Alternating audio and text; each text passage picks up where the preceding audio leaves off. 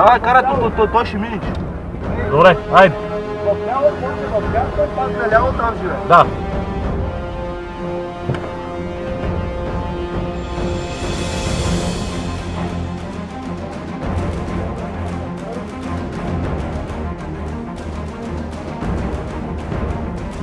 Няма да минат.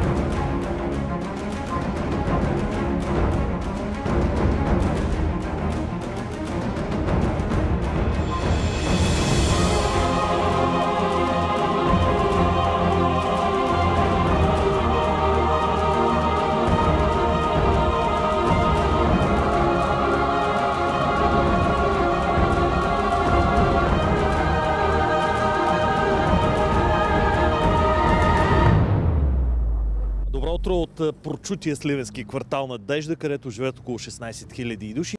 После да видите на Мякли ми как рамата, мисля, кинома на тебе. Не ми се на канала.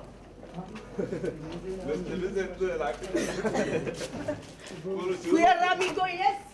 Гласувам и за Бойко Борисов.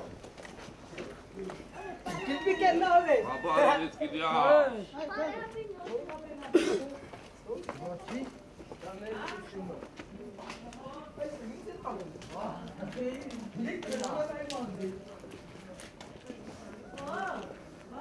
Мери мама мия. Вижи, нашите ресли ми се... Наше, жена журналиста.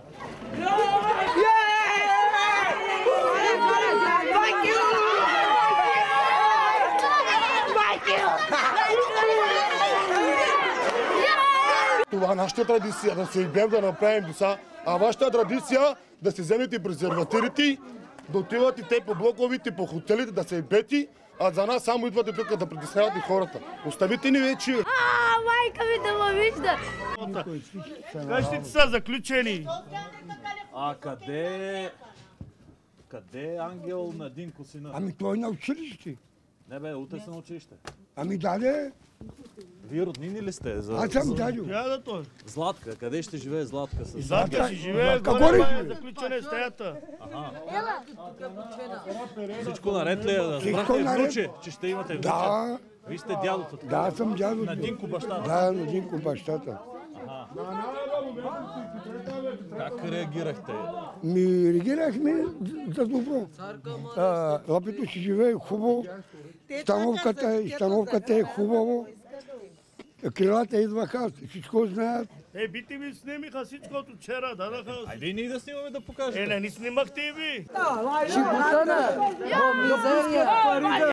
Сина ми работи, снаха ми работи. Вие роднини ли сте? Да. Мето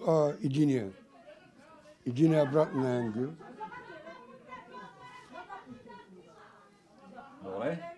Ще си я Видяхте ли се? приберете? Мисля да. Радвате ли се, че Златка? Ами радва ми се, да. Кой не се радва за бебе? Мисля, и Златка ще е хубаво. Цоцорке!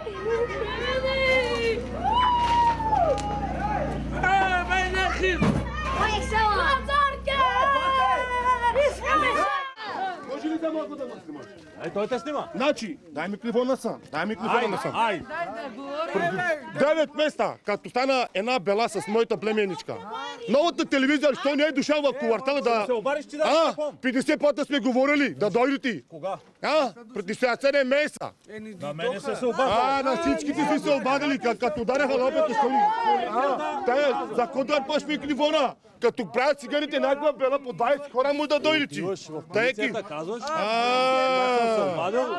Няма такива работи. Тук.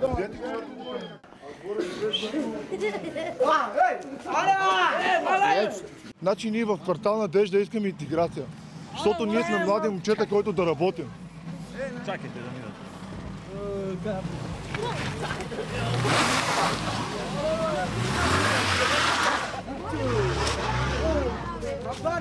Първо нямаме добри канализации.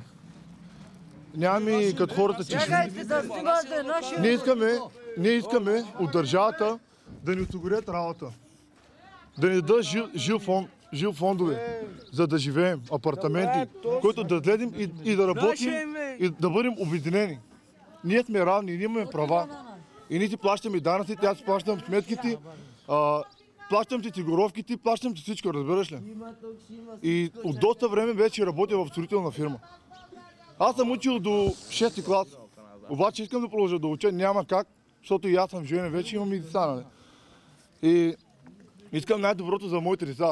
Аз съм тъй, че аз почнах да работя вече. Как да живеят децата? Господине, някои депутати застават. Няма интеграция. Нямаме добри шанси. Никой не идва да види как живеем в каква мизерия. Да вземат най-накрая да вземат мерки, да видят, че тук живеят хора. От тук може да тръгне епидемия. Защо? Защото живеем на 3 км. Ако да карам от тук на 1 км, където се върнат бокусите, никой не идва да вземе бокусите. Страшна работа. Мелницата... Ама има плакати, а? Погледнете какво става, гледай. Ето ми е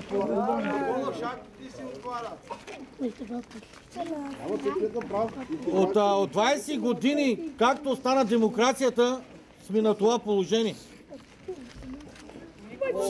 Сами си копаем.